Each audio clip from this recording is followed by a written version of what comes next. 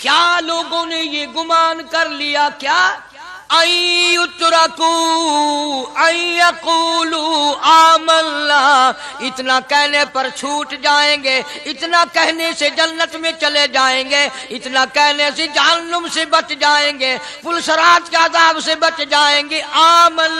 السلام علیکم دوستو، قاری حنیف ملتانی صاحب رحمۃ اللہ علیہ کا بیان آپ کی خدمت میں لے کر حاضر ہوا ہوں، جس کا عنوان اور ٹاپک آج کا بہت ہی ایموشنل اور خاص ہے۔ بیان کو توجہ کے ساتھ سنیں، انشاءاللہ بہت فائدہ ہوگا۔ چلو بیان کو اب شروع کرتے ہیں اور ہم بھی آپ کے ساتھ مل کر بیان کو سنتے ہیں۔ عنکبوت کی ابتدائی آیات ہیں۔ پروردگار عالم نے سارے کلام پاک میں اپنی توحید، وحدانیت، خدا کی ذات بے مثل بے مثال، اس کی ذات میں، اس کی صفات میں کوئی شریک نہیں، وہ ہمیشہ سے ہے اور ہمیشہ رہے گا، اس کی ذات کو بقا ہی بقا ہے، فنا نہیں۔ اسی نے اپنی قدرت کاملہ سے نظام کائنات کو پیدا فرمایا اور سارے عالم کے نظام کو وہ خود ہی چلاتا ہے، جدھر کی چاہے ہوا چلائے، جدھر کی چاہے دھوپ چھاؤں کا نظام بنائے۔ وہ کسی معاملے میں بھی کبھی بھی نہ کسی کا محتاج تھا اور نہ ہے۔ وہ چاہے تو راتوں رات فقیر کو تخت تاج دے کر کے تخت شہنشاہی پہ بٹھا دے، وہ اگر چاہے تو بادشاہ کو اٹھا کر پھانسی لگا دے، وہ چاہے تو ایک کو اتنا دے کہ سنبھالا نہ جائے، اور وہ چاہے تو ایک کو اتنا تنگ کر دے کہ بھوک کی وجہ سے موت آ جائے۔ بڑی بے نیاز ذات ہے اس مالک اور قدیر کی۔ نظام شمسی، نظام قمری، ستاروں کا نظام، آسمانوں کا نظام، دریاؤں اور سمندروں کا نظام، سارا وہ خود چلاتا ہے۔ نہ کبھی الیکشن ہوتا ہے، نہ کبھی انتخابات ہوتے ہیں، نہ کبھی یہ سننے میں آیا کہ سمندروں کی چیئرمینی فلاں کو ملے گی، دریاؤں کی چیئرمینی فلاں کو ملے گی۔ فرمایا لم یلد ولم یولد، بس میں ہوں اور کوئی نہیں۔ اسی لیے محبوب کائنات حضرت محمد الرسول اللہ صلی اللہ تعالی علیہ وسلم کو اللہ تبارک و تعالی نے ختم نبوت کا تاج پہنا کر کے بھیجا کہ میرے محبوب دنیا میں جاؤ، لوگ میری ذات کو بھول گئے، کھلانے والے کو بھول گئے، پلانے والے کو بھول گئے، اور اس سے بڑھ کر کے کیا بدجانتی ہوگی، پیدا کرنے والے کو بھول گئے۔ آدمی کے جسم کا نظام کون بنا سکتا ہے؟ اب یہ آنکھ ہے، بظاہر آنکھ ہے، لیکن بجلی کی وائرنگ کی طرح آنکھ سے لے کر پاؤں کے تلی تک ایک نظام چل رہا ہے۔ کان کا نظام ہے، ناک کا نظام ہے، ہاتھ کا نظام ہے، پیر کا نظام ہے، دل اور دماغ کا نظام ہے۔ یہ ساری کی ساری چیزیں وہ نہیں بنا سکتا تو اور کون بنانے والا ہے؟ اسی لیے فرمایا کالی کملی والے دنیا میں جاؤ، میرا نام بلند کرو، میری توحید کا جھنڈا بلند کرو، لوگوں کو بتاؤ کہ خالق کو نہ بھولو، مالک کو نہ بھولو، پروردگار کو نہ بھولو، اس رب کو نہ بھولو جس نے یہ سارا جہان بنایا۔ چنانچہ محبوب کائنات حضرت محمد کریم صلی اللہ علیہ وسلم نے جب یہ اعلان فرمایا کہ لوگوں اس کے سوا کوئی نہیں، پھر مکہ بدلا، برادری بدلی، قوم بدلی، اپنے بدلے، غیر بدلے، سب دشمن ہو گئے۔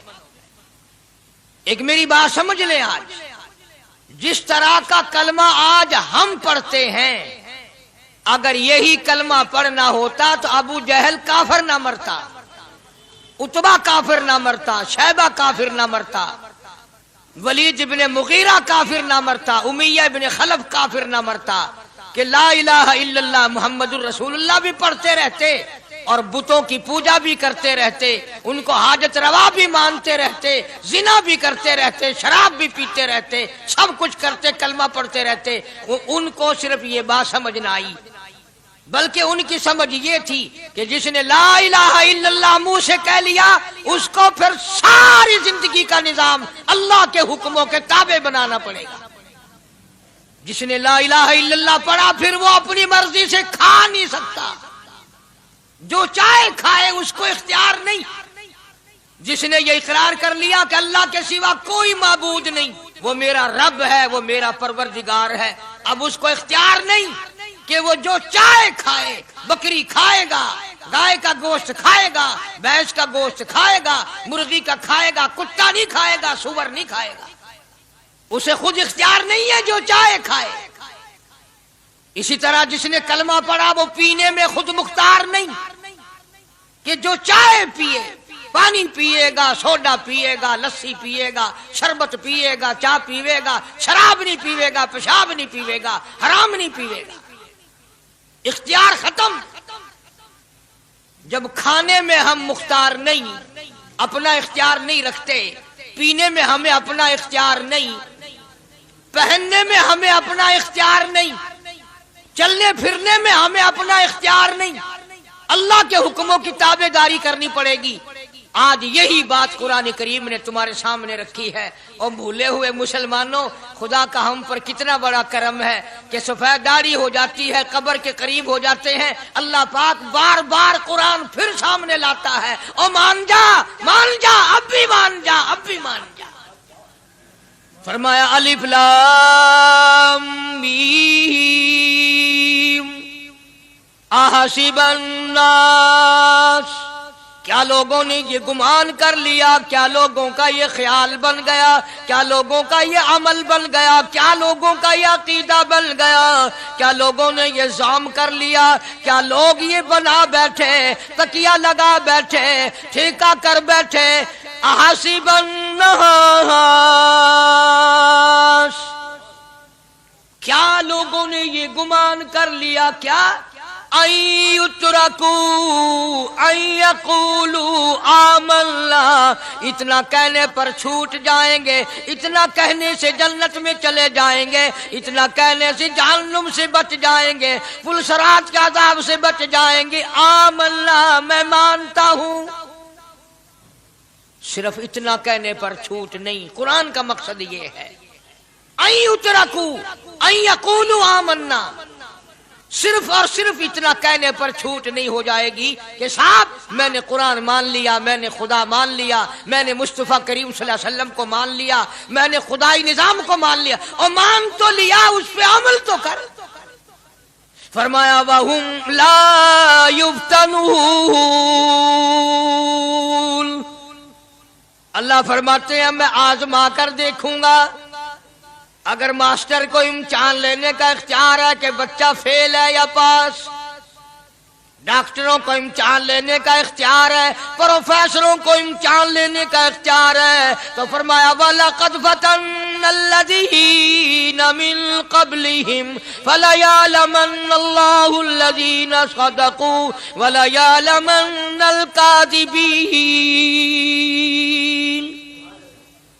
میں خدا بھی امتحان لوں گا، میں بھی آزماؤں گا، میں بھی جانچ کروں گا، میں بھی پڑتال کروں گا۔ آمنا کون سا زبان سے کہتا ہے، کون سا دل سے کہتا ہے آمنا میں نے مان لیا، کس کی زبان کی نوک پہ کلمہ رکھا ہوا ہے اور کس کے خون کے قطرے قطرے میں بس گیا۔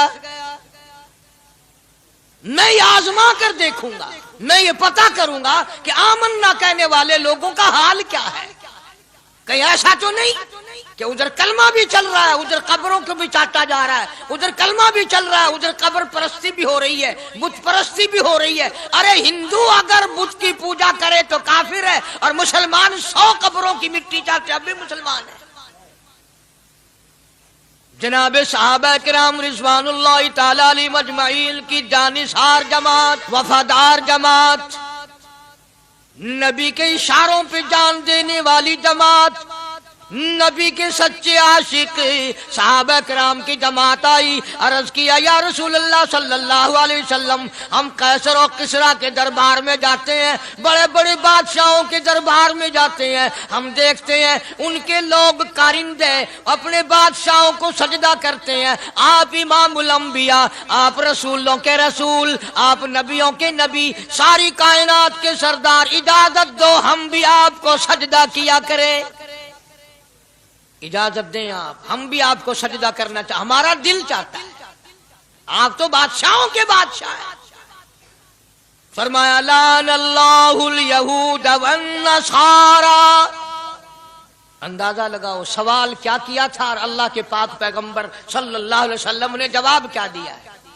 یہی فرما دیتے کہ نہیں بھائی، بلکہ مثال دی پچھلی، لعن اللہ الیہود والنصارى.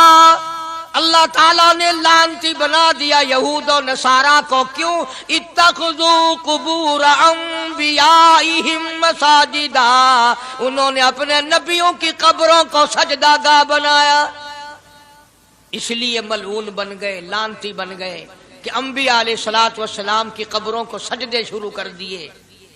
چلو یہاں پہ بات ختم ہو جانی چاہیے تھی. اتخذوا قبور انبیائہم مساجدا.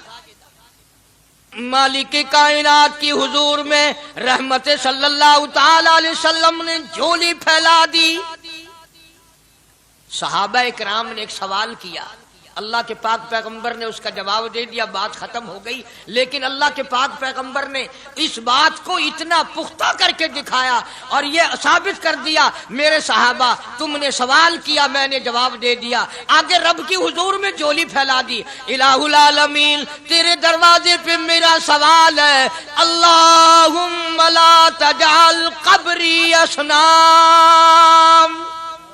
مولا میری قبر کو سجدہ گاہ نہ بننے دینا. تجھ سے دعا مانگتا ہوں میری قبر کی سجدہ گاہ نہ بنے، میری قبر کو لوگ بتوں کی طرح سے نہ مانے. لوگ آج ایک بات کرتے ہیں کہ جی ہم نے اپنے باپ دادا کو یوں کرتے دیکھا، اب قرآن ماننے یا دادا پر دادا کو ماننے.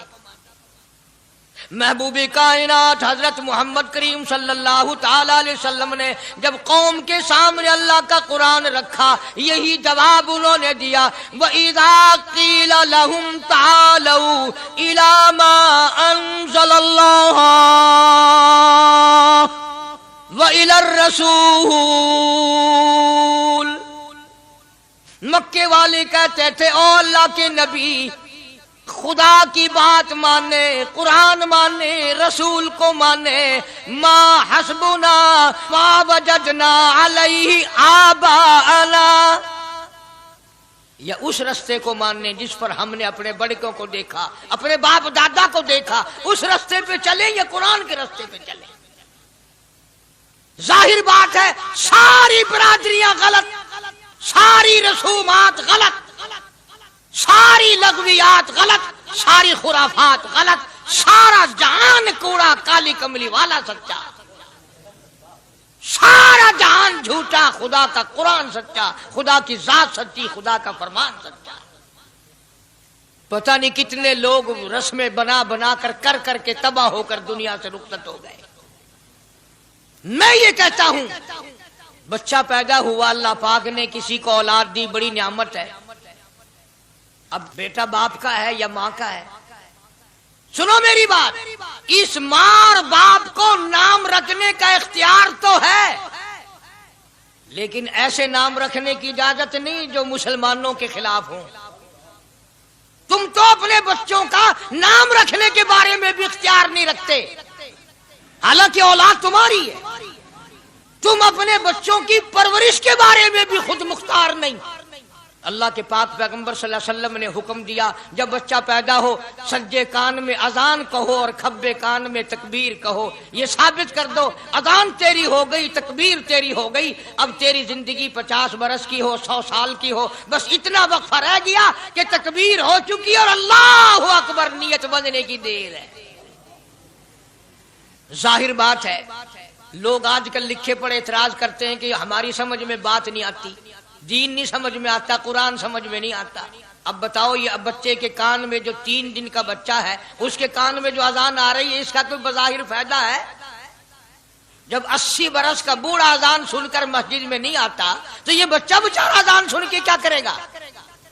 جب لوگ اذان سن کر کنجری کا گانا بند نہیں کرتے، اذان سن کر بدماش اور بدکار عورتوں کے گانے اور فوش بند نہیں کرتے، دکان نہیں چھوڑتے، گھر سے اٹھ کر اللہ کے دربار میں بلائے ہوئے نہیں آتے، تو اب بتاؤ اس بچے کے کان میں اذان دینے کا کیا فائدہ؟ ظاہر ہے کہ یہ بات کہنی پڑے گی کہ حکم ہے محمد عربی صلی اللہ علیہ وسلم کا. اسے پورا کرنا پڑے گا، بظاہر فائدہ نظر آئے یا نہ آئے۔ ہم ظاہری فائدے کے پابند نہیں، ظاہری فائدوں کے مفاد کے ہم پابندی نہیں۔ اس لیے میں نے عرض کیا کہ ہم لوگ کسی بارے میں بھی اختیار نہیں رکھتے، سارا دن پانی پیو، روٹی کھاؤ، لیکن جب روزہ رکھ لو گے تو اب روٹی کھانے گناہ، پانی پینا گناہ۔ یہی بات میں ثابت کرنا چاہتا ہوں کہ ہم لوگ اختیار میں نہیں ہیں، آزاد نہیں ہے جتنا ہم نے اپنے آپ کو آزاد سمجھا ہوا ہے۔ اس لیے اللہ پاک جل شانہ فرماتے ہیں تبارک الذی بیدہ الملک، ساری برکتیں اسی کے ہاتھ میں ہیں جس کا ملک میں راج ہے، وَهُوَ عَلَىٰ كُلِّ شَيْءٍ قدیر، ہر چیز پہ اسی کا قبضہ، اسی کی قدرت، اسی کی حکمت، اسی کا علم، اسی کی بے نیازی چلے گی، کسی کی بات نہیں چل سکتی۔ انبیاء علیہ السلام کو دیکھو، سلیمان علیہ السلام کی 99 بیوی، ایک پیغمبر اور ایک بادشاہ، اتنا بڑا بادشاہ کہ ہوا تخت اڑائے پھرے، ہوا تخت اڑائے پھرتی ہے سلیمان علیہ السلام کا، سر پہ تاج نبوت ہے، نیچے تخت شہنشاہی ہے، ہوا تخت کو اڑاتی ہے، جہاں سلیمان علیہ السلام چاہتے ہیں ہوا اتار دیتی ہے، اور جہاں چاہتے ہیں ہوا اڑا کر لے جاتی ہے، اور پانی کا پتہ لگانے کے لیے پرندے موجود ہیں، جن تابع، انسان تابع، پرندے تابع، چرندے تابع۔ مقام اتنا اونچا، بادشاہت بھی دے دی، نبوت بھی دے دی، پیغمبری بھی دے دی، اور اتنی بڑی عظمت بھی دے دی، اور حال یہ ہے کہ 99 بیویوں میں سے ایک انگل کا بچہ پیدا نہیں ہوا۔ دیکھی اس کی بے نیازی، بادشاہ میں نے تجھے بنا دیا، نبی میں نے تجھے بنا دیا، ہوا تخت تیرا اڑائے اڑائے پھرے گی، پوری دنیا میں تو پھرے گا، بادشاہ تیری، نبوت تیری، رسالت میں نے تجھ کو دے دی، پیغمبری میں نے تجھ کو دے دی، جا، میری مرضی اولاد نہیں دیتا۔ 99 بیوی، تمہارا کئیوں کا دل تو کر رہا ہوگا ہم بھی اس زمانے میں پیدا ہوتے تو کم سے کم بیویوں کا ایک لشکر تو ہوتا۔ لو کر دیکھو، شام کو پتہ لگ ویسے گھڑی کا کیا ٹائم ہے، جہاں کوئی شوق ہوئے کٹ گننے، بڑا مشکل مقام ہے، دو عورتیں کر کے اس زمانے میں جنت میں جائے بڑا مشکل۔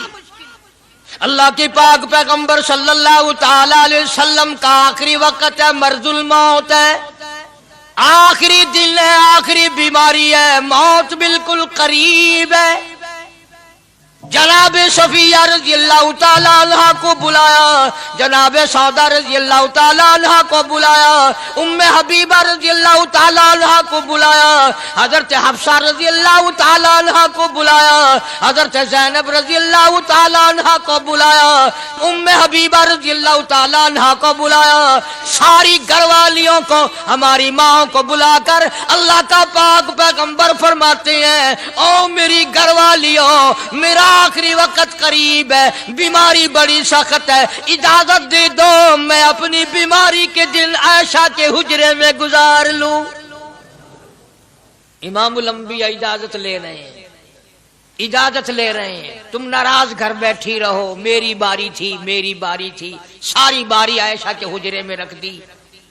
کتنا خدا کا خوف ہے، کس قدر دل میں اللہ تبارک و تعالیٰ کا ڈر ہے کہ کسی حقدار کے دل میں بھی یہ بات نہ آ جائے کہ میری باری ماری گئی۔ امام الانبیاء محبوب کبریا حضرت محمد مصطفیٰ صلی اللہ تعالی علیہ وسلم نے اجازت لے لی، ساری ہماری ماؤں نے اجازت دے دی، بیماری کے دل ہے، پریشانی کے دل ہے، جہاں آپ کو سہولت ہو ہم بالکل رضامندی سے اجازت دیتے ہیں۔ حجرہ عائشہ میں قیام فرما لیا، نبی نے خدا کا خوف دکھایا، نبی نے خدا کا ڈر دکھایا، نبی نے اپنے دل میں ڈر فرمایا اللہ پاک کو کچھ اور منظور ہے، کالی کملی والے، یہ جو حجرہ عائشہ ہے، یہ جو حجرہ عائشہ ہے جس بستر میں تیری ساتھ عائشہ ہوتی ہے، مجھے اس حجرے سے اتنا پیار ہے، اتنا پیار ہے، اس کے مقابلے کی میرے پاس جنت بھی موجود نہیں۔ اس حجرے میں قیام فرماؤ، یہی حجرہ سب کچھ بنے گا، سب کچھ یہیں سے ہوگا۔ جناب مدنی کریم صلی اللہ تعالی علیہ وسلم نے بالکل آخری وقت، بالکل آخری لمحات فرمایا میری عائشہ مسواک لے آ، مسواک لے آئی۔ فرمایا عائشہ، او میری عائشہ اس کو نرم کر دے، اس کو نرم کر دے۔ اب بتاؤ، مرد کی منشا، مرد کی غرض اگر عورت نہیں سمجھتی تو اور کون سمجھ سکتا ہے؟ کا مطلب یہ نہ تھا کہ لکڑی سے کوٹ کے لیا، کسی روڑے اینٹ سے کوٹ کے نرم کر کے لیا۔ پیغمبر کے فرمان کو عائشہ صدیقہ نے سمجھا، اپنے منہ مبارک میں مسواک کو چبا دیا، اور پھر یہ نہیں فرمایا کہ عائشہ اسے دھو کے لا، سمجھو یہ نہیں فرمایا اسے دھو کے لا، بلکہ وہی لعاب جو حضرت عائشہ کے منہ کا لگا ہوا تھا، پیغمبر خدا صلی اللہ علیہ وسلم نے اپنے منہ مبارک میں وہی مسواک فرمائی، اور اس کے بعد کلی نہیں فرمائی۔ یہ ثابت کر دیا لوگوں، عائشہ مجھے اتنی پیاری ہے، اتنی پیاری ہے، اتنی پیاری ہے کہ میں آخری وقت میں اس کے منہ کا لعاب اپنے منہ میں لے کے جا رہا ہوں۔ تمام چیزیں اللہ پاک خود کرا رہا ہے۔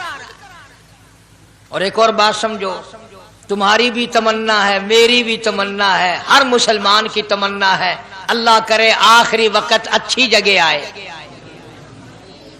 سب کی تمنا ہے سجدے میں موت آئے۔ جو سا آدمی مسجد میں کبھی داخل نہیں ہوتا، آرزو اس کی بھی ہے کہ سجدے میں موت آئے، پاویں ساری عمر سجدہ نہ کرے۔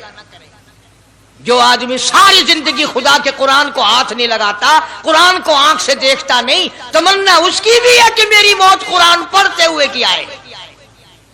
سب کی تمنا ہے کہ میری اچھی جگہ موت آئے، کعبۃ اللہ میں موت آئے، مدینہ پاک میں موت آئے، مسجد میں موت آئے، وضو کر کے موت آئے، اللہ کے حضور میں سجدہ ریز ہوں جب موت آئے۔ تم یہ تمنا کر سکتے ہو، تمہاری یہ حسرت ہو سکتی ہے، امام الانبیاء کی کوئی تمنا نہیں۔ کالی کملی والے کی بھی تو تمنا ہوگی، یا اللہ سب سے اچھی جگہ میری موت آئے۔ اللہ تبارک و تعالی جل شانہ نے یہ ثابت کر دیا، میرے محبوب تیرے لیے حجرہ عائشہ سے اچھی جگہ آسمانوں پہ بھی نہیں، جنت میں نہیں۔ یہ جو عائشہ کا حجرہ ہے، جہاں جبریل کے سلام آتے ہیں، جہاں خدا کا قرآن نازل ہوتا ہے، اس سے اچھا کوئی ٹھکانہ نہیں۔ اور ایک اور بات سمجھو، آج کل بھی تجربہ کر لیں، باپ سے دھی کو بڑا پیار ہوتا ہے، اور باپ کو بھی اپنی بیٹی سے بڑا پیار ہوتا ہے۔ یوں ہی اگر منہ بنا دے بیٹی ابا کے سامنے اور اتنا سا لفظ کہہ دے ابا، رونے کی شکل بنا کر، خدا گواہ باپ کا کلیجہ پھٹ جاتا ہے۔ کیا ہوا بیٹی، دیے کیے؟ وہ چپ کر ویندی، 10 مینو ہویا کیے؟ چین نہیں آتا جب تک دھی سے پوچھ نہ لے۔ آخری وقت ہے پیغمبر خدا صلی اللہ علیہ وسلم کا، اور حضرت فاطمہ الزہرا رضی اللہ تعالیٰ عنہ اور عائشہ صدیقہ رضی اللہ تعالیٰ عنہ دونوں موجود ہیں۔ اور لوگوں، آج ہمیں باپ کو دنیا سے جاتا ہوا بیٹی دیکھ کر گوارا نہیں کر سکتی، تو فاطمہ الزہرا جس کا ابا کالی کملی والا ہو کیسے گوارا کرتی؟ خود حضرت علی فرماتے ہیں رضی اللہ تعالیٰ عنہ کہ پیغمبر کی وفات کے بعد 6 مہینے فاطمہ الزہرا زندہ رہی، کسی نے ہنستی ہوئی نہیں دیکھی۔ خود حضرت علی گواہ ہے، فرماتے ہیں 6 مہینے میں کبھی پیٹ بھر کے نہیں کھایا، ہر وقت رویا کرتی تھی۔ کبھی کہتی تھی او لوگو، تم نے کن ہاتھوں سے میرے ابا کی قبر پہ مٹی ڈالی؟ تم نے کن ہاتھوں سے شہنشاہ کائنات صلی اللہ تعالی علیہ وسلم کو قبر مبارک میں رکھ دیا؟ ثابت میں یہ کرنا چاہتا ہوں کہ میرا یہ عقیدہ ہے کہ جناب عائشہ صدیقہ رضی اللہ تعالی عنہا کی گود میں حضور کی وفات ہوئی، آپ کی وفات شریف حضرت عائشہ صدیقہ کی گود میں ہوئی، تو خداوند کریم نے جس نے ساری کائنات کا آپ کو سردار بنایا، رحمت للعالمین بنایا، ساقی کوثر بنایا، شافی محشر بنایا، تمام مسلمانوں کا پوری کائنات کے لیے رحمت بنا کر کے بھیجا، اللہ پاک نے سب سے اچھی جگہ حضرت عائشہ صدیقہ کی گود پسند آ گئی۔ اس لیے محمد عربی صلی اللہ تعالی علیہ وسلم نے ساری زندگی لا الہ الا اللہ محمد الرسول اللہ لوگوں تک پہنچانے کے لیے مار کھائی۔ آج ہم کلمہ بھی پڑھ رہے ہیں، جھوٹ بھی بول رہے ہیں، کلمہ بھی ہو رہا ہے، رشوت بھی چل رہی ہے، کلمہ بھی پڑھ رہے ہیں، لوگوں کی دھی بیٹیوں کے ساتھ بدکاری بھی ہو رہی ہے، کلمہ بھی چل رہا ہے، شراب بھی پی رہے ہیں، کلمہ بھی پڑھ رہے ہیں، سور بھی کھا رہے ہیں۔ بتاؤ یہ کیا کلمہ ہے؟ کس کام آئے گا کلمہ؟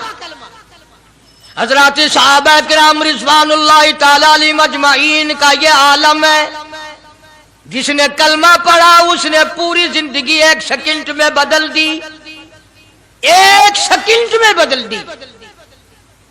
جس دن شراب کی حرمت قرآن میں آئی، شراب کا حرام ہونا قرآن میں آیا، صحابہ کے گھروں میں بھی تھی، مسلمانوں کے گھروں میں بھی شراب تھی، لیکن جب شراب کی حرمت کا حرام ہونے کا قرآن نے اعلان کیا، میں دعوے سے کہتا ہوں، ذمہ داری سے کہتا ہوں، مدینے میں یہودی بھی تھے، ادھر ادھر عیسائی بھی تھے، جو کسی صحابی نے یہ سوچا ہو چلو ہمارے لیے تو حرام ہے، اس کے 4 پیسے تو بنا لیں، یہودیوں کو بیچ دیں، عیسائیوں کو بیچ دیں، وہ تو پابند نہیں، پیسے تو بنائیں۔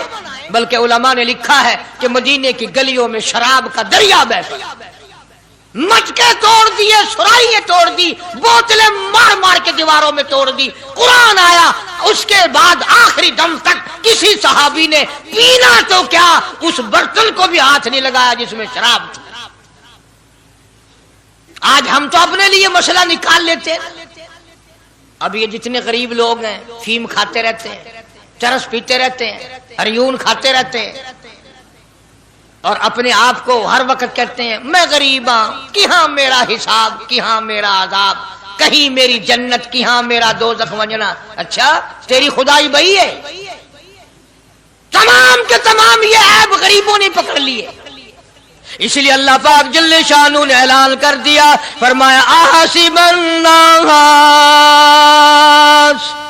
کیا لوگوں کا یہ گمان ہے، ان یترکوا، چھوڑ دوں گا میں، ان یقولوا آمنا، صرف آمنا کہنے پر چھوڑ دیے جائیں گے، وہم لا یفتنون،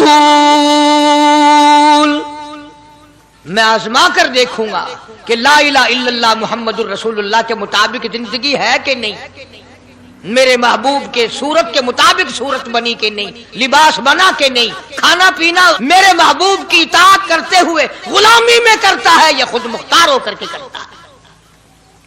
اب ایک سانس میں پانی پی لینا یہ عیسائیوں کی عادت ہے۔ آقا مدنی محمد عربی صلی اللہ علیہ وسلم نے فرمایا 3 سانس لے کر کے پیو۔ اب پیٹ بھی بھر گیا، پانی بھی پیٹ میں چلا گیا، اور کالی کملی والے کی غلامی بھی ہو گئی۔ فرمایا بسم اللہ کر کے پیو، دوسری غلامی ہو گئی۔ سجے ہاتھ سے پیو، تیسری غلامی ہو گئی۔ کھانا کھاؤ بسم اللہ پڑھ کے شروع کرو۔ کئی آدمی اگر ایک برتن میں کھائیں تو اپنے آگے سے کھاؤ، یہ نہیں کہ آلو پرلی طرف دھکیلتے جاؤ، بوٹیاں بوٹے اٹھا کے کھاتے جاؤ۔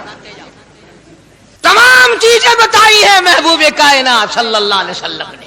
فرمایا کھانے سے پہلے ہاتھ دھو لو، گیلے گیلے ہاتھوں سے، سننے سننے ہاتھوں سے کھانا کھاؤ، برکت ہوگی۔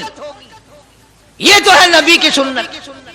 اور یہ بھی فرمایا، حضرت عائشہ رضی اللہ تعالیٰ عنہ فرماتی ہیں، سبحان اللہ، ہماری ماں نے ہمیں کیا کیا بتایا کہ اگر کئی آدمیوں کا کھانا گھر سے جاتا، جب برتن واپس آتے، حضرت عائشہ فرماتی ہے رضی اللہ تعالیٰ عنہ کہ برتنوں کو دیکھ کر میں سمجھ جاتی تھی کہ محبوب کائنات صلی اللہ علیہ وسلم نے اس پیالے میں کھانا کھایا۔ کسی نے پوچھا حضرت عائشہ سے کیسے پتہ چل جاتا تھا آپ کو؟ فرماتی ہیں وہ اتنا صاف کیا برتن ہوتا تھا، وہ اتنا چاٹ لیا ہوتا تھا کہ اس کے دھونے کی ضرورت نہیں رہتی تھی۔ اب نبی کی سنت ہے برتن کو صاف کرنا، چاٹنا، اور انگریز کی سنت ہے کہ بوٹیاں ساری کھا جاؤ، آلو کا ایک نکرا چھوڑ دو۔ انگریز کی سنت پہ آج مسلمان عمل کرتا ہے، کافر بے ایمان کی بات اپنائی، کالی کملی والے کی سنت کو ٹھکرایا، کھانا کتنا ضائع۔ اب یہ شادیاں ہیں، اگر کوئی فقیر مانگنے آ جائے، چل چل ابھی تو برات بھی نہیں آئی پہلے مانگنے آ گیا، کوئی بھیک مانگنے آ گئی، ون ون جب نکاح تھی یا نہیں، جن نے اجن کھادا نہیں، تو پہلے بوکر گندی کھڑی ہے۔ اور ان کے کھانے کے ساتھ ساتھ اتنا برباد ہوتا ہے کھانا، اتنا برباد ہوتا ہے۔ حدیث پاک میں آتا ہے رزق کی بے ادبی کرنے سے رزق میں کمی آتی ہے، اللہ کی عطا کردہ روزی کی بے ادبی نہ کرو، اس کی قدر کرو۔ اسی لیے حکم ہے دسترخوان بچھا کر کے کھانا کھاؤ، جو بھورے گرے ہیں پیروں کے نیچے نہ ملو، رزق بد دعا کرے گا، بلکہ ان گھوروں کو اٹھا کر کیڑیوں کے مکوڑوں کے سوراخ پہ ڈال دو، ایک رزق کی حفاظت ہوگی، دوسرے مخلوق کھائے گی، کیڑیاں کھائیں گی، تجھے دعائیں دیں گی۔ حضرت بہلول رحمت اللہ علیہ ایک بزرگ گزرے ہیں، ہارون الرشید کا زمانہ ہے۔ ہارون الرشید کی بیگم زبیدہ بڑی مقدروں والی تھی، بڑی نیک مائی تھی۔ اس نے خواب دیکھا، سپنا دیکھا کہ جنگل کے شیر گدڑ جانور آتے ہیں اور میری ساتھ برا کام کر کے جاتے ہیں۔ ڈر گئی، خوف کھایا، روئی، یا اللہ میں اتنی بری ہو جاؤں گی کہ جانور بھی میری ساتھ برا کریں گے۔ روتی روتی اللہ والے کی خدمت میں پہنچی کہ حضرت میں نے ایسے ایسے کر کے خواب دیکھا ہے۔ شکر ہے اس زمانے میں فال نامہ نہیں تھا، نہیں تو گھر بہ کے کھول گننے آ بساں وچ وک دینا کہ جیڑا خواب دیکھو اون ویلے تعبیر معلوم کرو، تقدیر دا پتہ کرنا ہوئے اکھیاں نٹ کے انگل رکھو چا تقدیر دا پتہ لگ ویسا۔ بیگم زبیدہ ہارون الرشید کی گھر والی اللہ والے کی خدمت میں آئی، رو رہی ہے۔ کیوں روئی ہو؟ کہنے لگی ایسا ایسا میں نے خواب دیکھا، سپنا دیکھا، جنگل کے بڑے بڑے موذی جانور چیر پھاڑ کر بھیڑیے بگیاڑ شیر سارے آتے ہیں، میری ساتھ برا کام کر کے جاتے ہیں۔ اللہ والے نے آواز دی مبارک ہو، تو کوئی ایسا کام کرے گی جس سے جنگل کے جانوروں کو بھی فائدہ پہنچے گا۔ چنانچہ بیگم زبیدہ نے نہر زبیدہ بنائی، مکے میں، مدینے میں، عرفات میں، مینا میں، مزدلفہ میں، سب جگہ نہر زبیدہ پھیلی، کروڑوں انسانوں نے پانی پیا، پرندوں نے، چرندوں نے، درندوں نے پانی پیا۔ تو بیگم زبیدہ ہارون الرشید کی گھر والی حضرت بہلول کے پاس چلی گئی، دریا کے کنارے بیٹھا تھا اللہ والا۔ دیکھو لوگ ہمیں کہتے ہیں کہ یہ ولیوں کو نہیں مانتے، وہ بدبختوں ولیوں کو تو مانتے ہیں، ٹھگوں کو نہیں مانتے، ڈاکوؤں کو نہیں مانتے۔ کون کہتا ولیوں کو نہیں مانتے؟ ہم اس کو نہیں مانتے، نہ داڑھی نہ مونچھ، صفا بالکل گونگلو بنا ہوا جڑا ہوئے نا، نہ نیتی نہ قضا کیتی، سانو اے پیروارا نہیں کھاندا۔ جو نماز نہ پڑھے، جس کی شکل محمد کریم صلی اللہ علیہ وسلم جیسی نہیں، جس کی شکل صدیق سے نہ ملے، جس کی شکل علی مرتضیٰ سے نہ ملے، جس کی شکل حسین سے نہ ملے، جس کی شکل سید عبد القادر جیلانی سے ملے، وہ چمچیر تھی سکتا ہے، پیر نہیں تھی سکتا، وہ چمچیر ہے۔ زبیدہ گئی، بہلول سے پوچھا کیا کر رہے ہو؟ انہوں نے کہا جنت بیچ رہا ہوں، بہشت بیچ رہا ہوں۔ انہوں نے کہا کتنے کی؟ کہ 500۔ زبیدہ نے 500 دے دیے، بہلول نے لیے اور دریا میں پھینک دیے۔ زبیدہ کہنے لگی ہائے ہائے ہائے ہائے۔ انہوں نے کہا کیوں؟ پیسے دریا میں پھینک دیے، نہ تیرے کام آئے نہ میرے نہ کسی کے کام آئے۔ اس نے کہا وپار کی بات ہے، کاروبار ہے، میرا مال ہے تیرا تو نہیں، جنت تیری ہو گئی، وڈی میری ہو گئی، میری وردی۔ احترام تھا، لوگ بکواس نہیں کیا کرتے تھے اس زمانے میں۔ آج کل تو اولاد ماں باپ سے حیا نہیں کرتی، عورت خامن سے حیا نہیں کرتی، شاگرد استاد کا حیا نہیں کرتا، مرید اپنے پیر کا حیا نہیں کرتا۔ چلی گئی، جا کے سو گئی، خواب میں دیکھا کہ بہت اعلیٰ درجے کا گلشن ہے، باغیچہ ہے، شاندار محل ہے۔ پوچھا یہ کیا چیز ہے؟ جواب ملا یہ تیری خریدی ہوئی جنت ہے۔ اگلے دن پھر پہنچی، بہلول وہیں بیٹھے ہیں۔ پوچھا کیا کر رہے ہو؟ کہ جنت بیچ رہا ہوں۔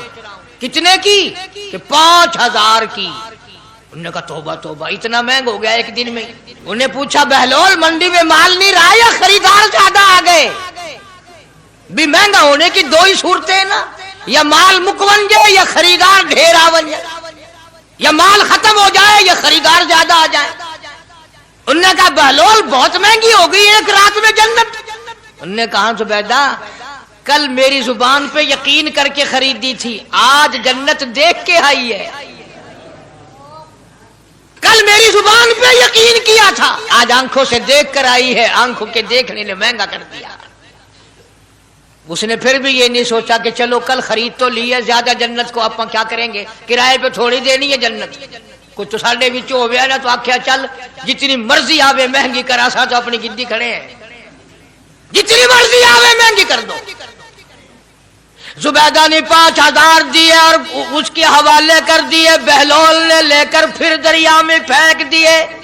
پھر زبیدہ کو تکلیف ہوئی، اس نے کہا یہ کیا کیا تم نے؟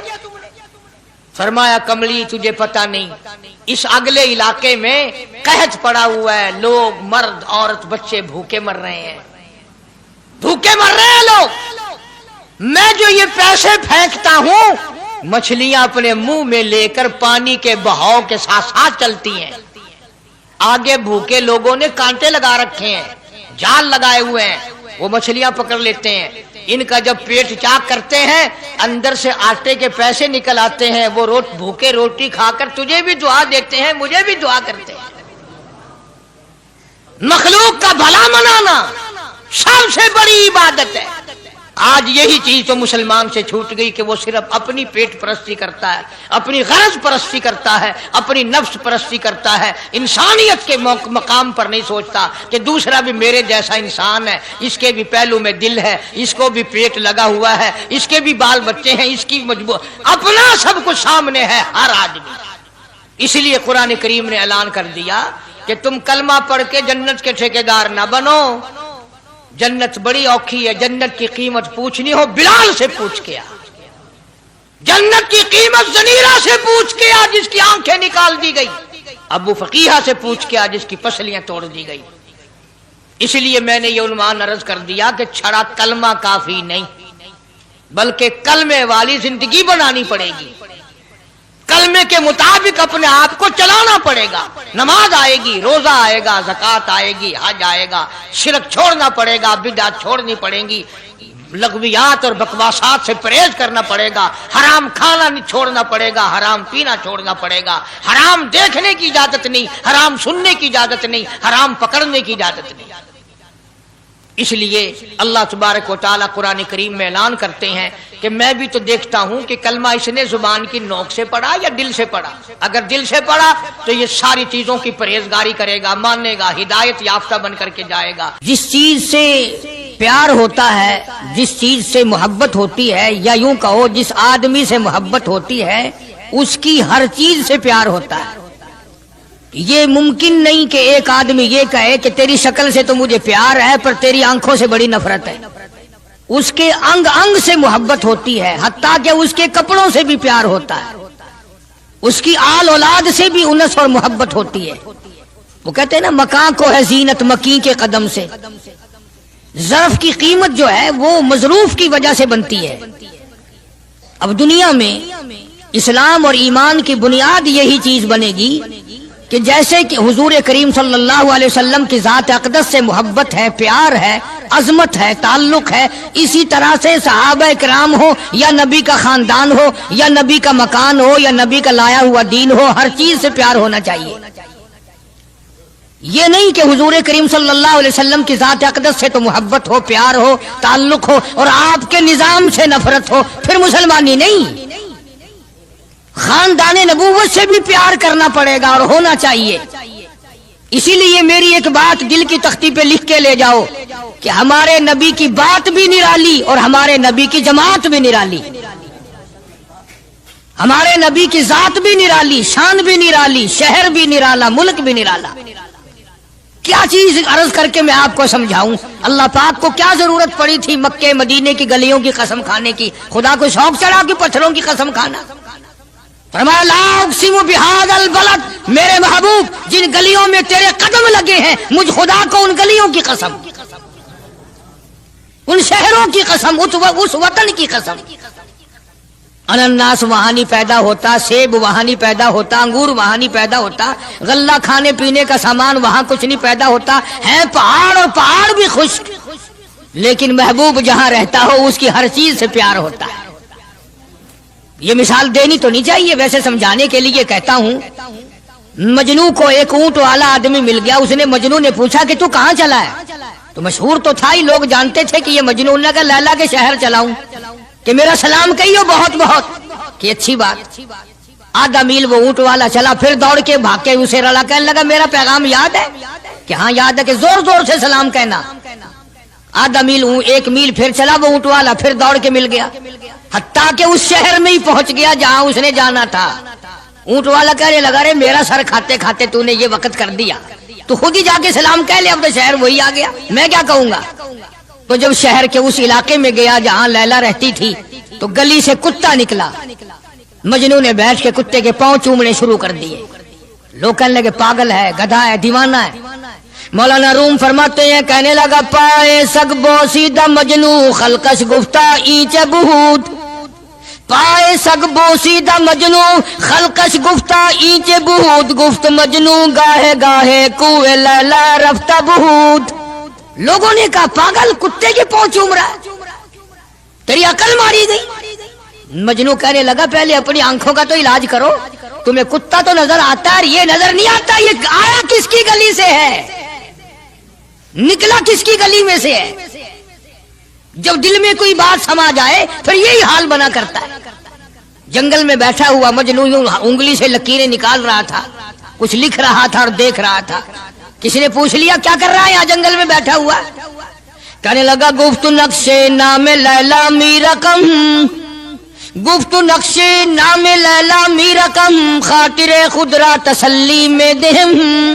کہنے لگا لیلا کا نام لکھ لکھ کر دیکھتا ہوں، تسلی دیتا ہوں اپنے دل کو۔ عرض کرنے کا مقصد یہ کہ جب دل میں کسی کی بات سما جائے پھر اس کی شکل سے، پھر اس کے پیر کی خاک سے، ہر چیز سے محبت ہو جاتی ہے۔ تو مسلمان جب کلمہ پڑھتا ہے لا الہ الا اللہ محمد الرسول اللہ صلی اللہ تعالی علیہ وسلم، تو اللہ پاک نے جس نبی کی محبت دلوں میں ڈالی ہے اس کی ہر چیز سے پھر پیار ہونا چاہیے۔ اب جو جماعت نبی کے ساتھ ساری زندگی رہی ہو، آخری وقت تک جس جماعت نے سرکار دو عالم صلی اللہ علیہ وسلم کا ساتھ دیا ہو، وہ جماعت کتنی ممتاز ہوگی، وہ کتنی شان والی جماعت ہوگی کہ معمولی لوگ تو نہیں ہے، اور ان کی بڑی خصوصیات ہیں۔ مثلا ایک قافلہ چل رہا ہے، اور وہ قافلہ اور وہ لشکر بھی کتنا خوش قسمت ہوگا جس میں خود محمد عربی صلی اللہ علیہ وسلم موجود ہے۔ پانی ختم ہو گیا، گرمی تھی، شدت کی بڑی تکلیف ہوئی لوگوں کو بھی جانوروں کو بھی، تو صحابہ کرام نے مشورہ کیا اور اکٹھے ہو کر کے سرکار دو عالم صلی اللہ علیہ وسلم کے دربار عالیہ میں آئے کہ جی پانی نہیں ہے، جانوروں کو بڑی تکلیف ہے اور آدمیوں کو بڑی پیاس ہے، بڑی تکلیف ہے، آپ اللہ پاک سے دعا فرمائیں۔ جناب سرکار مدینہ صلی اللہ علیہ وسلم نے دعا فرمائی۔ آواز آئی میرے محبوب موسیٰ علیہ السلام نے بھی پانی مانگا تھا، میں نے ان کو پانی دیا۔ اس طریقے سے قرآن کہتا اضرب بعصاک الحجر، لکڑی پتھر میں مارو۔ انہوں نے پتھر میں آسا مارا، ہم نے فانفجرت من حسنتا عشرت عینا، ہم نے 12 چشمے جاری کر دیے تھے۔ موسیٰ علیہ السلام نے لکڑی ماری۔ او میرے نبی، آج میں اگر آپ سے بھی لکڑی لگواؤں، اسی طرح سے آپ کو بھی لکڑ پتھر میں مارنی پڑے، پھر کلیم میں اور حبیب میں کیا فرق ہوگا؟ وہ کلیم اللہ ہے، آپ حبیب اللہ ہیں، آپ کو لکڑی مارنے کی ضرورت نہیں۔ یہ پیاری پیاری انگلیاں جو یتیم کے سر پہ پھرتی ہیں، یہ پیاری پیاری انگلیاں جو ہر صحابی کے ساتھ مسافہ ہونے میں ملتی ہیں، غریبوں کے لیے دعا کے لیے اٹھتی ہیں، میرے محبوب صلی اللہ علیہ وسلم یہی پیاری پیاری انگلیاں ایک پانی کے برتن میں آپ رکھ دیں، مجھے اپنی کبریائی کی قسم سارے قافلے کو ان انگلیوں سے نکلا ہوا پانی پلا دوں گا۔ چنانچہ آپ صلی اللہ علیہ وسلم نے ایک برتن میں انگلیاں رکھ دی، سارے جانوروں نے پانی پی لیا، سارے صحابہ کرام نے پانی پی لیا۔ اب میں نے عرض کر دیا ایک واقعہ اور آپ نے سن لیا، لیکن تہ کو آپ نہیں پہنچے۔ اصل تو میں بھی نہیں پہنچ سکتا، میرا ادراک اتنا کہاں کہ پیغمبر کی باتوں کو میں 100% سمجھ سکوں. نہیں سمجھے؟ ارے پانی اور چیز ہے. دنیا سوڈے پیتی ہے، شربت پیتی ہے، جوس پیتے ہیں، طرح طرح کی چائے پیتے ہیں، دودھ پیتے ہیں، طرح طرح کے ملکوں کا پانی پیتے ہیں، سب جگہ ہر چیز پی ہوگی، ہزاروں مشروبات پیے ہوں گے، ہزاروں شربت پیے ہوں گے، ہزاروں قسم کے سکیش پیے ہوں گے، پر خدا کی قسم ابو بکر اور بلال اس جماعت کے جوان ہیں جنہوں نے حضور کی انگلیوں سے نکلا ہوا پانی پیا. یہ سعادت ہر ایک کو کیسے مل سکتی ہے؟ انہی لوگوں کو اللہ تبارک و تعالیٰ نے یہ مقام بخشا تھا کہ خداوند عالم نے ان کو اتنی بڑی عظمت عطا فرمائی. اور میں تو یہ کہا کرتا ہوں کہ صحابہ کرام کی نمازوں کو بھی ایک طرف رکھو، روزوں کو بھی ایک طرف رکھو، جہاد کو ایک طرف رکھو، ان کی فاقہ اور ان کا پیاسا مرنا اللہ کے راہ میں، ان ساری چیزوں کو ایک طرف رکھو. یہ بات ان کی کوئی کمی ہے کہ آنکھ بلال کی ہو اور امام الانبیاء کا چہرہ انور ہو؟ ہم تو ان لوگوں میں سے ہیں. ہمارے یہاں دارالعلوم دیوبند میں خزانے میں ایک چیز محفوظ ہے، 150 سال سے، 150-200 سال سے ایک چیز موجود ہے. سال بھر میں کبھی خاص موقع پر اس کا دیدار کرایا جاتا ہے، زیارت کرائی جاتی ہے. یہ میں صفائی نہیں دے رہا، کئی لوگ کہتے ہوں گے جی دیوبندیوں کی صفائی دیتا ہے، بلکہ میں اپنا عقیدہ اور اپنے بزرگوں کا پروگرام بتاتا ہوں کہ ایسے تھے لوگ. دارالعلوم دیوبند کے خزانے میں ایک رومال ہے. وہ رومال وہ ہے جس رومال میں تقریباً 200 برس محمد عربی صلی اللہ علیہ وسلم کا استعمال کردہ پہنا ہوا جبہ مبارک لپٹا رہا.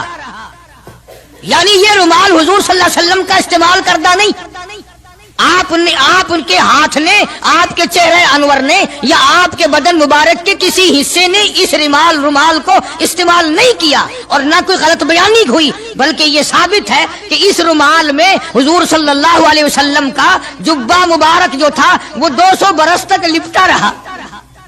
حضرت مولانا محمد قاسم صاحب نانوتوی رحمت اللہ علیہ نے اس رومال کو سونے کی ڈبیا میں رکھا ہوا ہے، اور اس رومال کی سارے اللہ والے زیارت کرتے ہیں کہ یہ سرکار مدینہ صلی اللہ علیہ وسلم کے کپڑے کو لگا ہے، خود آپ کے جسم کو بھی نہیں، آپ کے کپڑے کو لگا ہے. جو لوگ حضور کے کپڑے کو لگے ہوئے کپڑے کی بھی عزت کرتے ہو، ان کے اندر حضور کی محبت کتنی ہوگی؟ وہ سونے کی ڈبیا میں موجود ہے، اور کبھی کبھی اس کا خاص موقع پر اہتمام کے ساتھ اس کی زیارت کرائی جاتی ہے.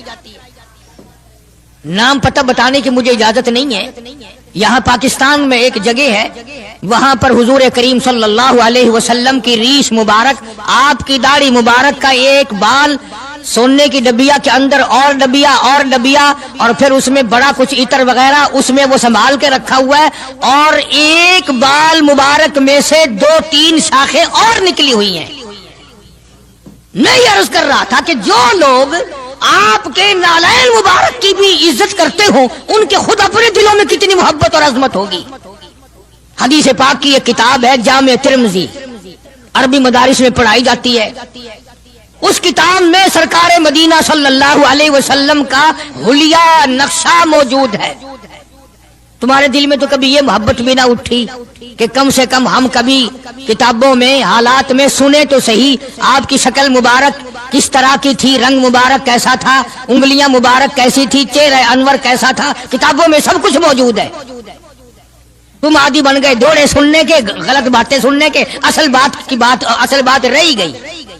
تو میں بتانا یہ چاہتا ہوں کہ جامع ترمذی کتاب جو ہے حدیث پاک کی، اس میں آپ صلی اللہ علیہ وسلم کی چپل مبارک کا نقشہ ہے، آپ کی نالین مبارک کا نقشہ ہے، یعنی سرکار دو عالم صلی اللہ علیہ وسلم کی جوتی مبارک کا نقشہ ہے.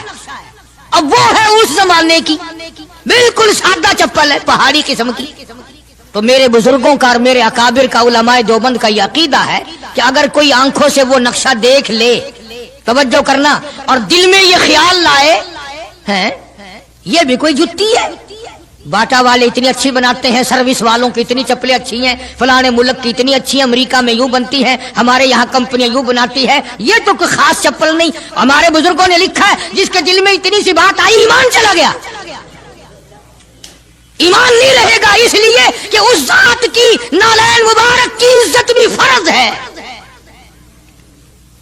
آئی بات سمجھ میں؟ یعنی کس قدر عظمت ہے، کس قدر محبت ہے اور کس قدر تعلق ہے محمد عربی صلی اللہ علیہ وسلم کی ذات سے ان لوگوں کو۔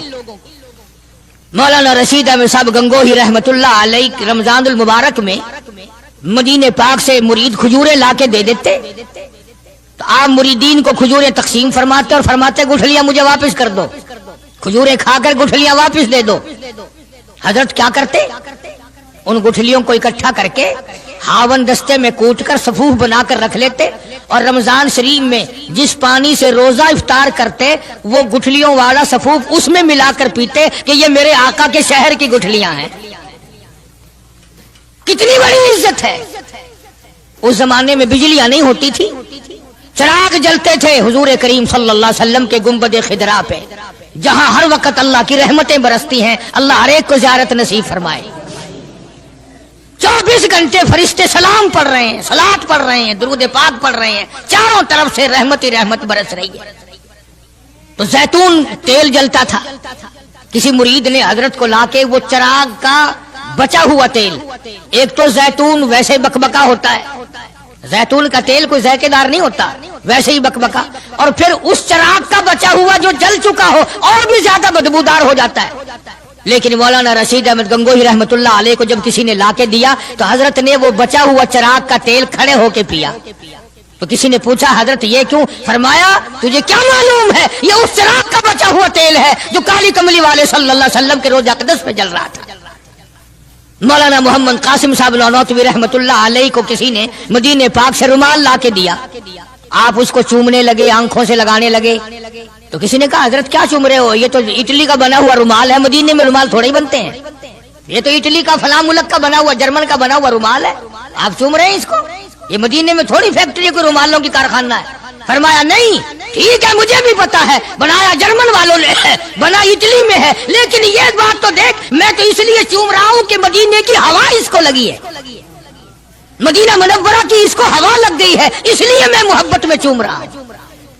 عرض کرنے کا مقصد یہ کہ ان لوگوں کے دلوں میں پیار ہوتا ہے تو پیار کے اظہار کے طریقے ہوتے ہیں، محبت کبھی نہیں چھپی رہا کرتی۔ مولانا محمد قاسم صاحب نانوتوی رحمت اللہ علیہ جب مدینے پاک پہنچے، کئی میل ادھر کو جوتا اتار دیا، رات کا وقت تھا، پیر زخمی ہو رہے ہیں، سواری خالی چل رہی ہے۔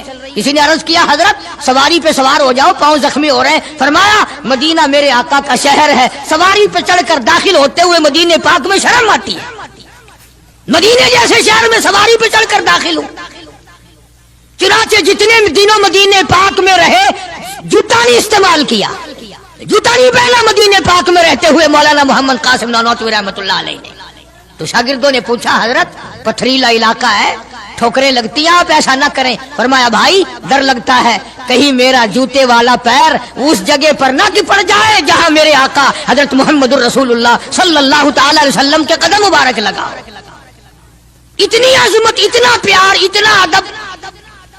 امام مالک رحمت اللہ علیہ نے ساری عمر مدینے پاک میں گزاری، لیکن میں ذمہ داری سے کہتا ہوں 3 میل کے اندر اندر امام مالک نے کبھی پیشاب پخانہ نہیں کیا، مدینے شہر میں امام مالک نے کبھی پیشاب پخانہ نہیں کیا۔ فرماتے تھے میرے آقا کا شہر ہے، مجھے شرم آتی ہے، اس کا نام عظمت ہے، اس کا نام محبت ہے۔ 2 غزلیں گا لینا یا 2-4 شعر پڑھ لینا اور نہ نماز پڑھنا، نہ روزے رکھنا، نہ قرآن کی تلاوت کرنا، نہ درود شریف کا ورد کرنا اور نہ صحابہ کرام کا ذکر خیر کرنا، یہ محبت کا معیار تمہیں بتایا کس نے ہے؟ تمہیں شکلوں سے پتہ نہیں چلتا کہ یہ حضور کریم صلی اللہ علیہ وسلم کا محبت کرنے والا یا نہیں کرنے والا؟ کیسے محبت کا معیار اپنا سکتے ہیں وہ لوگ، چرس پینے والے، فیم کھانے والے، بھنگ پینے والے، کتوں سے ہر وقت کھیلنے والے، وہ کبھی آقا دو عالم صلی اللہ علیہ وسلم کے خادم ہو ہی نہیں سکتے۔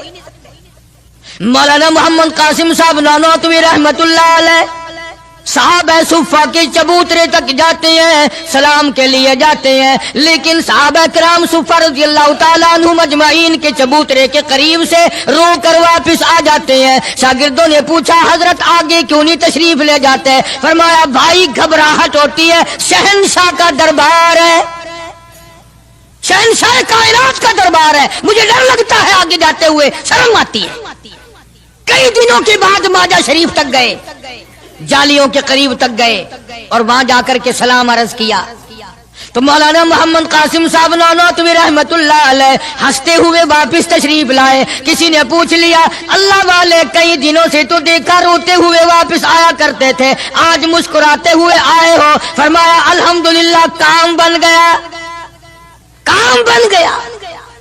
اس کسی نے پوچھ لیا کیا کام بن گیا؟ فرمانے لگے تمہیں کیا معلوم ہے میرے آقا کا مجھ پہ اتنا کرم تھا، میرے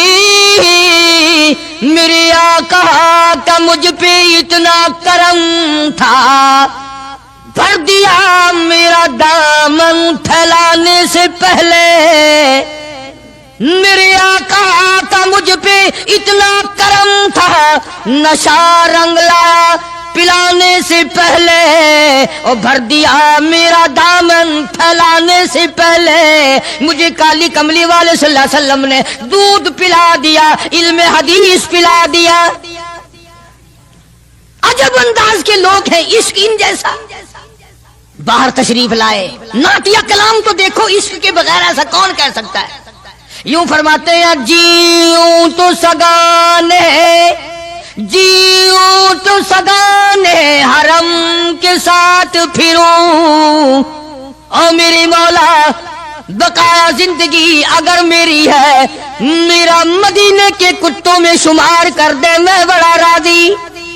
جیوں تو سگانے حرم کے ساتھ پھروں، اور مروں تو کھائے مجھ کو مدینہ کے مرغ و مار، میں مدینے میں مر جاؤں، مدینے کے پرندے مجھے کھا جائے، میں بڑا راضی۔ کیا انداز ہے ان لوگوں کا۔ اور ایک بڑے عظیم بزرگ اسی زمانے کے ہیں مولانا محمود الحسن صاحب شیخ الہند صاحب کا رحمت اللہ علیہ، بڑے بڑے عجیب لوگ تھے۔ کلام تو ان لوگوں کا حق تھا نا جو ہر وقت نبی صلی اللہ علیہ وسلم کی یاد میں مگن رہتے تھے، اسی لگن میں لگے رہتے تھے، اسی سوز و گداد میں، اسی محبت میں ہر وقت رہتے تھے۔ مولانا شیخ الہند رحمت اللہ علیہ جنت کو خطاب کر کے کہتے ہیں، فرماتے ہیں او جنت میں نے مانا کہ تجھ میں حور و قصور رہتے ہیں، او جنت میں نے مانا کہ تجھ میں حور و قصور رہتے ہیں، اور یہ بھی میں نے مانا کہ ضرور رہتے ہیں۔ کیا تخیل ہے حضرت شیخ الہند رحمت اللہ علیہ کا۔ فرمایا او جنت آ میرا طواف کر کہ میرے دل میں حضور رہتے ہیں صلی اللہ علیہ وسلم۔ دوستو قاری حنیف ملتانی صاحب رحمۃ اللہ علیہ کا بیان آپ کو بہت زیادہ پسند آیا ہوگا۔ بیان پسند آئے تو ہمارے چینل کو سبسکرائب کریں اور زیادہ سے زیادہ ویڈیو کو مکمل دیکھیں، انشاءاللہ بہت زیادہ فائدہ ہوگا اور مزہ بھی آیا ہوگا۔ چلو اس بیان کے اندر قاری حنیف ملتانی صاحب رحمۃ اللہ علیہ نے بہت ہی اچھی اور نصیحت والی باتیں کہی ہیں۔ چلو بیان کو اب ختم کرتے ہیں اور ملتے ہیں نیکسٹ ویڈیو میں۔ السلام علیکم ورحمۃ اللہ وبرکاتہ۔